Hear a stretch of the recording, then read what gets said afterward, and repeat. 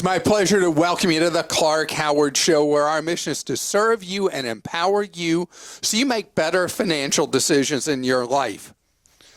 Yesterday, Michael in Montana, I always find this kind of embarrassing, asked me about how I got to where I am in life, what's my backstory, how did I end up doing what I do today.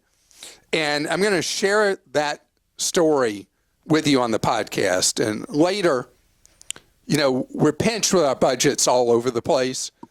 And one of the places you can have the greatest impact, particularly as a family, is to rip that current cell phone plan apart that you have and get those costs down. I want to talk about who we found is the best combination of a much lower price and decent customer service for you to look at.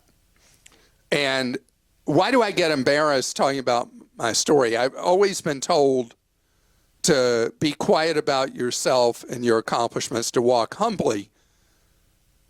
And at the same time, Christa has always said it's important that you share your story regularly with people because it is unusual. And there are things in it that people can learn from. And so I'm going to give you the short version of it. What Christa's been after me to write a book about for autobiography for, 20 years. She's been trying to get me to do it. And I just feel funny doing it. I feel funny talking about my life right now, too. But here we go. So I grew up in a very easy life. I grew up in what seemed like a privileged household, and life was really nice. And I went off to college. I finished high school at 17, went off to college, and everything was like easy street. I didn't have to have student loans, nothing like that. And then out of the blue, I'm home for Thanksgiving. And there's just this terrible atmosphere in the house. Back then, there were obviously no cell phones. You didn't make a long-distance call unless somebody had died. And it was a very different era where unless you wrote a letter to somebody, you just didn't know what was going on. Well, teenager, you think I was writing letters to my parents? No. So I get home for Thanksgiving, and everything's really gloomy and ultra serious and all that. We're at dinner, and then after dinner, my dad asked me to stay at the table. And I'm like, okay, here it comes. This is it. My dad's dying of something, and now he's going to tell me. So he says, I have terrible news for you. Sure enough. And he says, I lost my job. And I started smiling ear to ear. I'm like, he's like, what are you so happy about? I said, well, I thought you were going to tell me you were dying. And he laughed.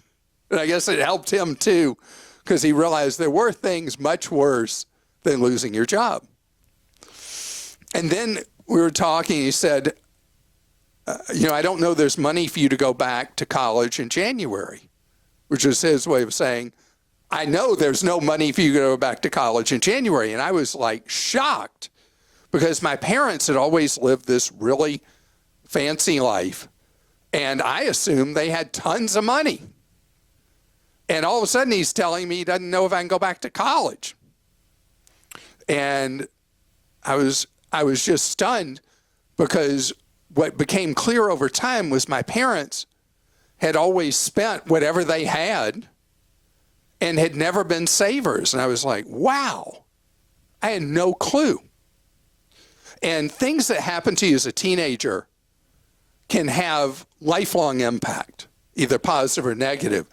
And for me, what happened at that moment turned out to be, in my case, one of the best things that ever happened to me in my life and changed the trajectory of my whole life. Now, as for my mom and dad, took them about 3 years, but they got solidly back on their feet, and they were fine. But the change had already taken place in me. I registered for the next semester as a night student and scrambled and got a job. And I worked my way through the rest of undergraduate school. Now, let me tell you something. When I was doing this, it was a whole different game. Even when you inflation adjust, when I tell you what my tuition was, it was $2,400 a year. And even inflation adjusted, I guess today's dollars, that would be like maybe $8,000 a year. I mean, nothing compared to what people pay today. So I was able to get a full-time job, work during the day, make enough money at that job to pay for tuition and go to college at night. I went year-round, so I was able to graduate in 3 years instead of 4, which lowered my cost of living and all that, and got out of undergraduate school. I worked, I should tell you, I was going to school in D.C., and I was a civilian employee for a while with the Air Force during the Vietnam War, and then I worked for HUD, the Department of Housing and Urban Development, till I finished undergraduate school. And then I got a job with IBM as a bill collector, collected from accounts that hadn't paid for their IBM equipment. And what was great about that was IBM paid for my grad school tuition, as long as I got a B or better. Got the best grades I ever got in my life in grad school, because if I didn't get a good grade, I wasn't going to get reimbursed. But by the time I finished graduate school, I already had 3 years of full-time work experience. And I had learned so much that it was like I was way about life. That I was way ahead of the people who were my contemporaries, my friends, who I'd gone to school with, that were going the traditional way and were trying to figure out what they were going to do for jobs. I mean, I think that was such a fantastic event. And then the other thing that happened was people overreact to unusual circumstances. And I resolved that when I finished graduate school and got my first job after graduate school, that I was going to live on every other paycheck.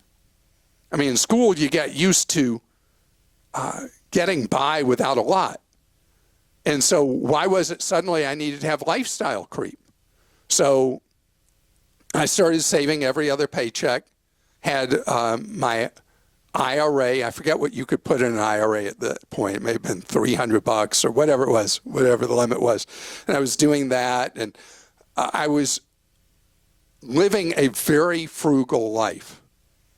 And it allowed me, when I was 25, to open my own business with all the money I'd saved. And I put it at risk in my own business.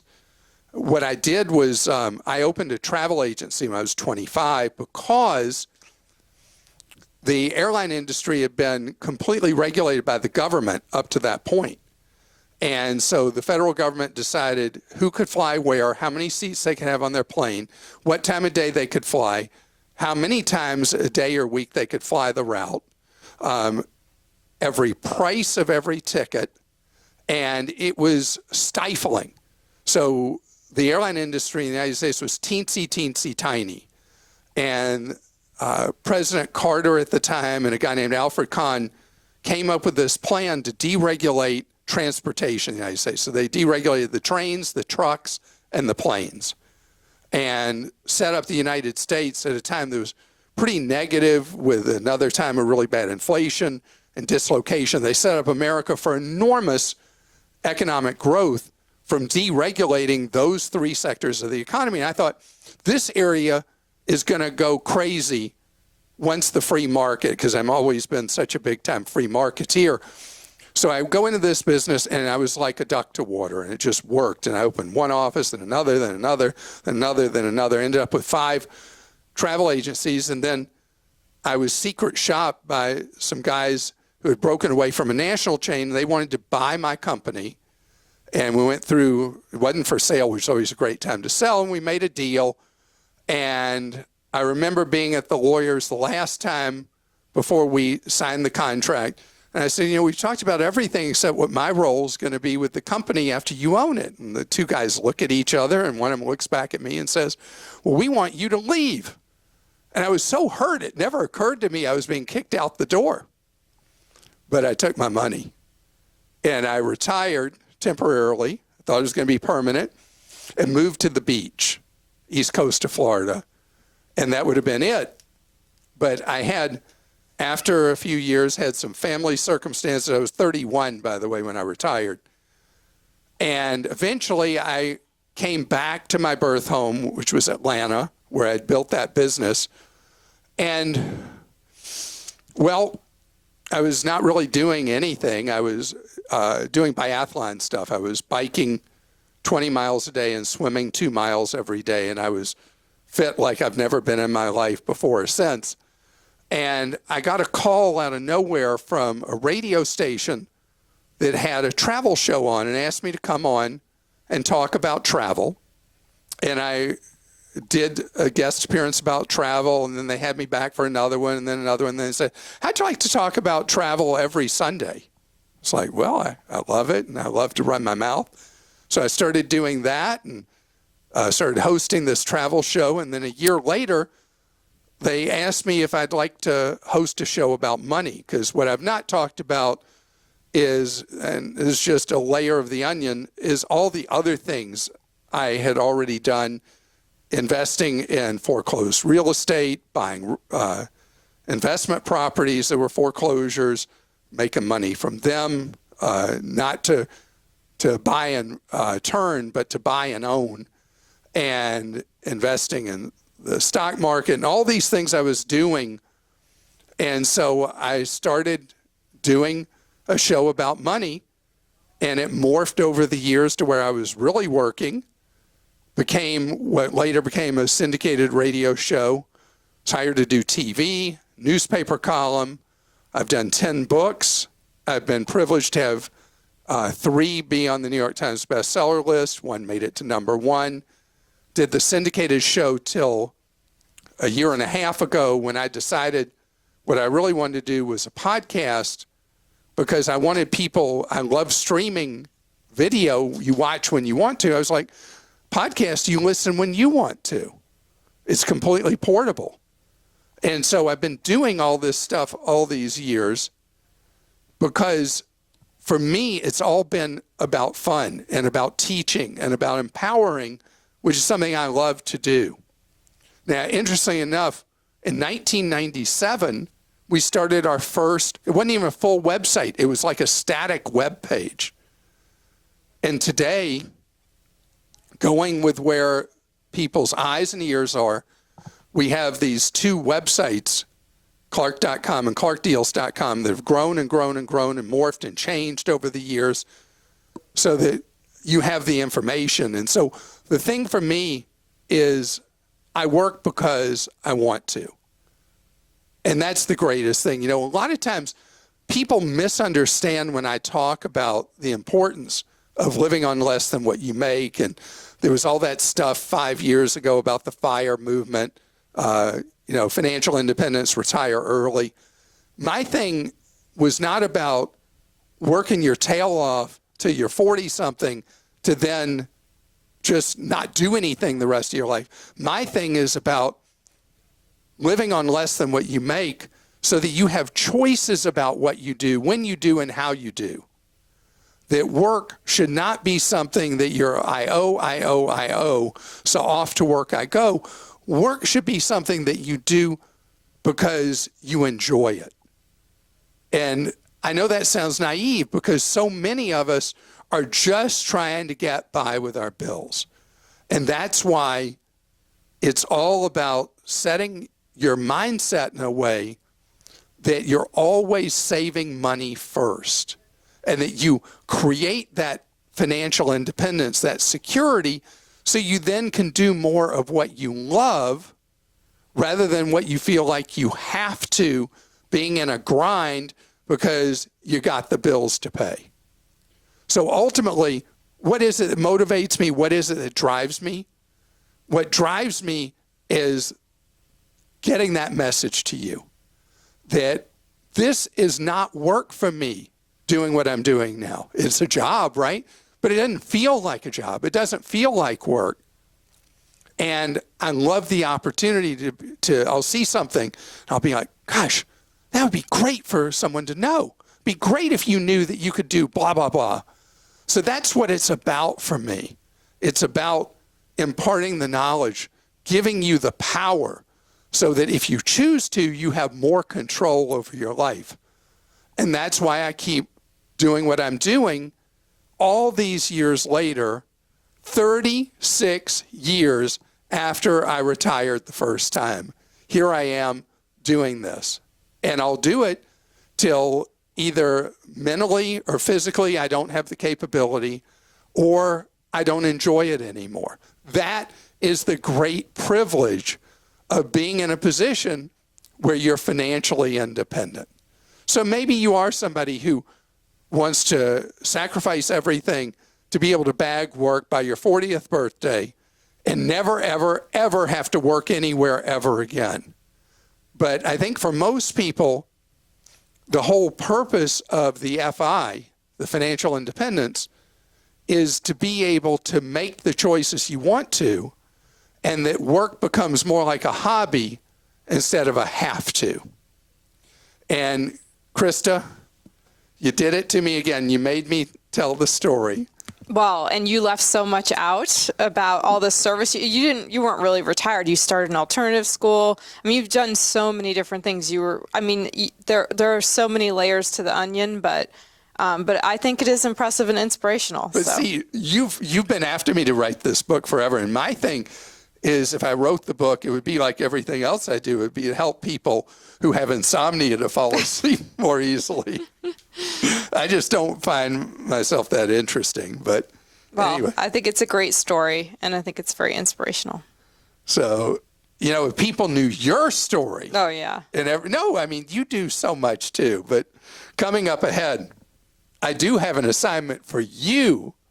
And we're going to talk it through with you and answer your questions as well about you attacking one of those monthly bills that eats up your wallet and going to get eaten up more moving forward if you are a prisoner of Verizon or AT&T. So I've been picking on AT&T and Verizon a lot recently, and they're fine companies. They provide very reliable service.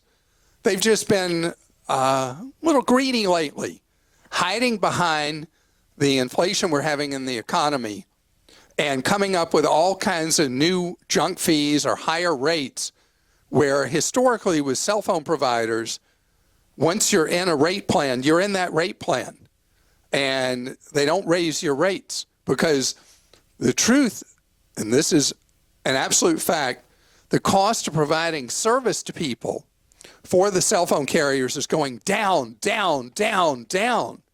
So AT&T and Verizon raising rates right now is really cynical.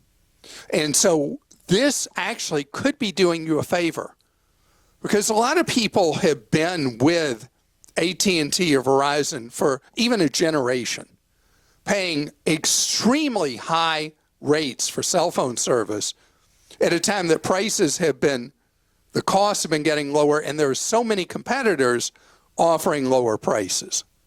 So I'm not going with a risk-averse thing by saying, hey, you should go check out T-Mobile and see how much cheaper they are than AT&T or Verizon. Not doing that.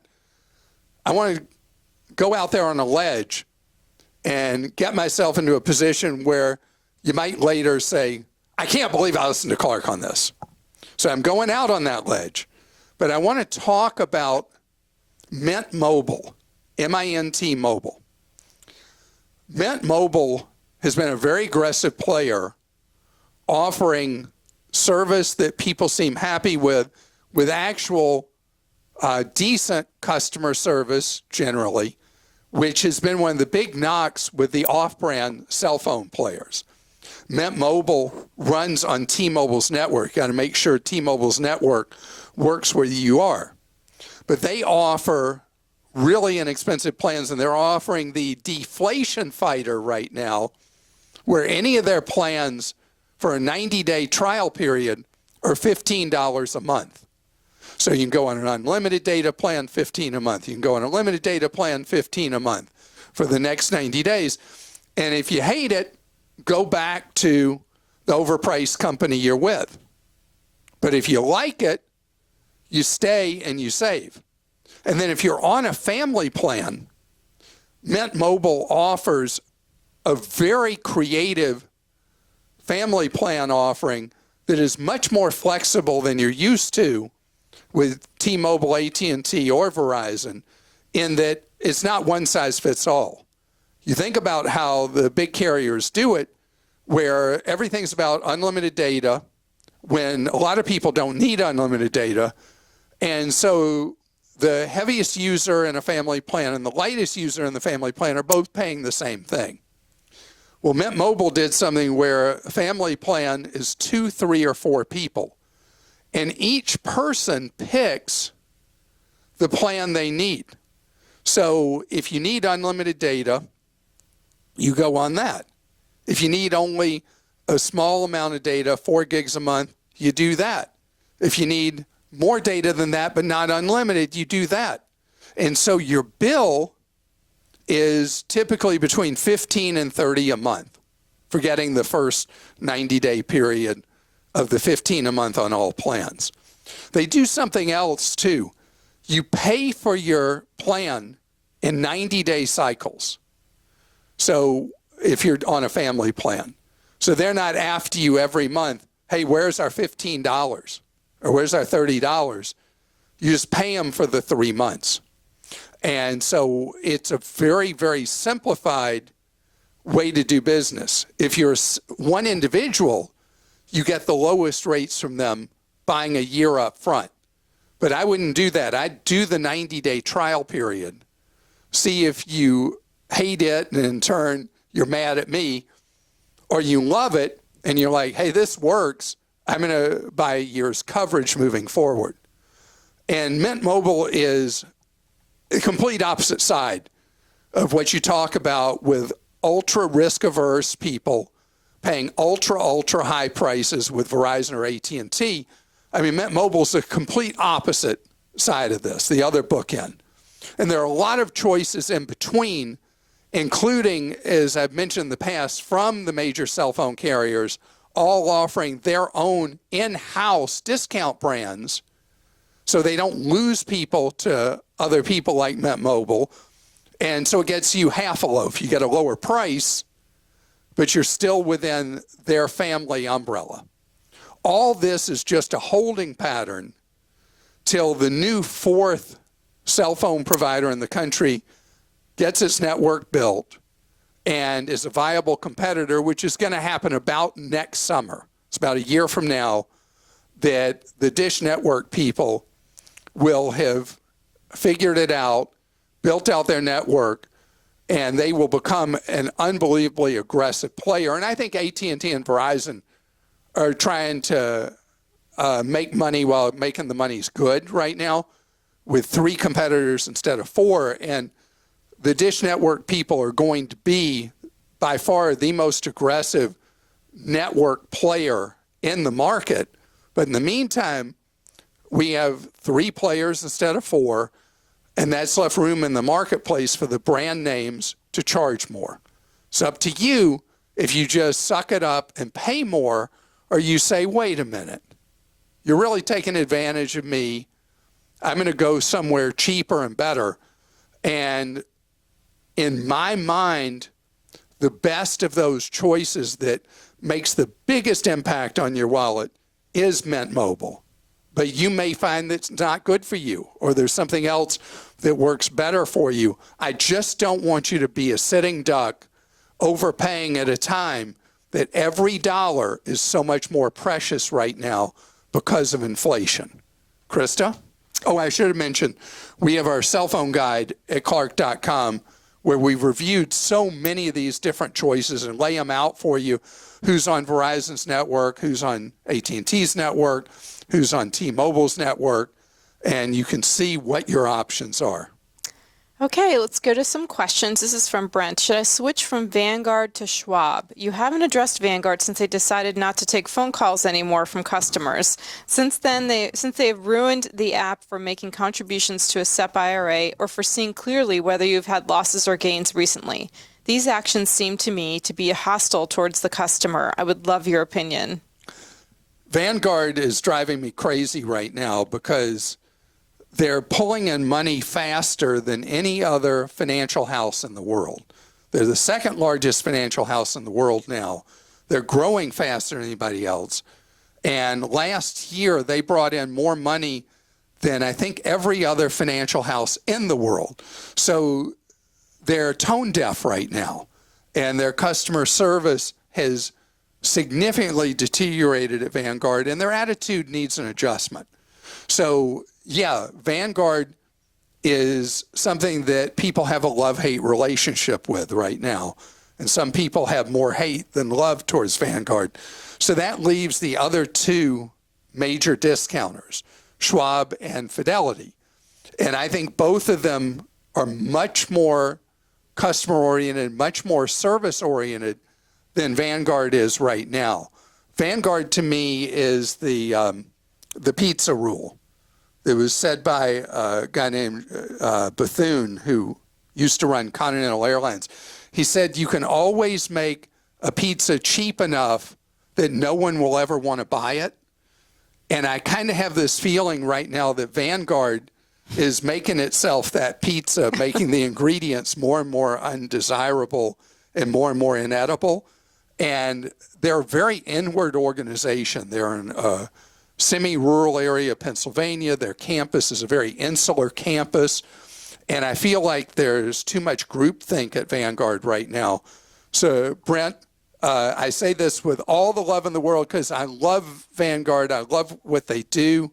But I'm a little sore at Vanguard right now for failing to really respect its customers. It's a co-op. It's kind of like a credit union. And they are dissing their own owners. Do you think you're just going to leave it up to him whether he should switch? Yeah, I'm not going to tell him to switch. I want to acknowledge that Vanguard has an attitude problem right now. And I don't know what it will take. I guess when people stop putting money in there, they'll say, what happened? What happened? We own the world, and now all of a sudden, people don't love us so much. Wonder why that happened. Maybe we should do a focus group. Oh, we don't answer your calls? That made you unhappy? We don't allow you to do this on the app? That made you unhappy? By the way, their app, I hate to say this, their app is so bad that it looks like something that a really bright third grader did as an elementary school project. It is so lame. So yes, there are real problems at this really great organization, and they need to address them. This is from Kenneth in Texas. I'm doing gig work this summer by using my car and working as a courier. Think DoorDash, Uber Eats, Shipt, etc. Some of these delivery companies don't offer a paycheck deposit by ACH to my checking account. Instead, they want to issue me a piece of junk business debit card and deposit my payments onto it. I know from listening to you that these business credit cards offer me very little protection from potential financial fraud. As a gig worker forced to accept one of these cards, what can I do to minimize my potential liability and maximize my financial protection? So thank you for this question. So the companies, Kenneth, are doing this because it's cheaper for them to issue you one of these payment cards instead of issuing you an ACH, a direct deposit payment. And so generally with these payment cards, when you get one, you can do an online registration, and that will give you additional protection in the event your card is lost or stolen. And it's not going to help you if somebody somehow is able to compromise your number. That's a whole different thing with these payment cards. But at the very least, the best protection you have is when you get these cards to use them for normal expenses and not hold on to the cards. Don't hold them as like a savings account, because that's where the danger comes. A card doesn't get better, a payment card doesn't get better unused with time. And from Linda in New York, I recently went to a walk-in clinic due to a health concern. As a condition of treatment, I was required to provide the clinic with permanent access to my credit card information, including the security code. My credit is frozen, so I'm not freaked out, but a bit queasy. Is this a new trend at urgent care clinics, and am I right to be alarmed? So, Linda, This is one of those things that it's kind of abusive of you to require that you give permanent access to using your credit card with all the information, including your code on it. In person, in theory, someone's not supposed to have your code. The code is designed for online sales. You present that card at the walk-in clinic in person, and they're supposed to swipe your card present, for payment there. Now, here's the other side of that story. A lot of people will go to a walk-in clinic, urgent care, or something like that, and they'll bill you and they'll think they're good, that they'll have all their money. And then later insurance will say, we're not paying for this, or we're not paying for that. And then you've vanished into the night and they can't ever seem to get that money. So there are the two sides to this with the credit card. One, that what they're doing is something that should make you queasy. The second is their problem is they don't know if they'll ever get the money from you once you walk out the door. So this is one that they're not right to do it, but they have to do something to protect themselves. And I don't know the best way for them to do it. I'm glad your credit's frozen.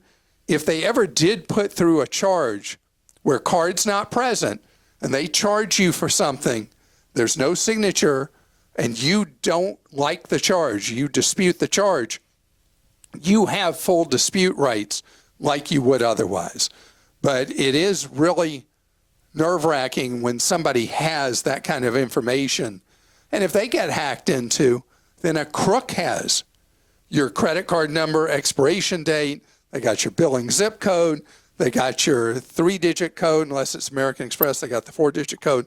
There's a lot not to like about them having all that information there. I want to thank you so much for listening to this episode of our podcast. And don't forget, we're there serving you at Clark.com around the clock to help you with that wallet to build a solid financial future for yourself. And to stretch that wallet, check out ClarkDeals.com with deals that we believe are great for you that don't waste your time.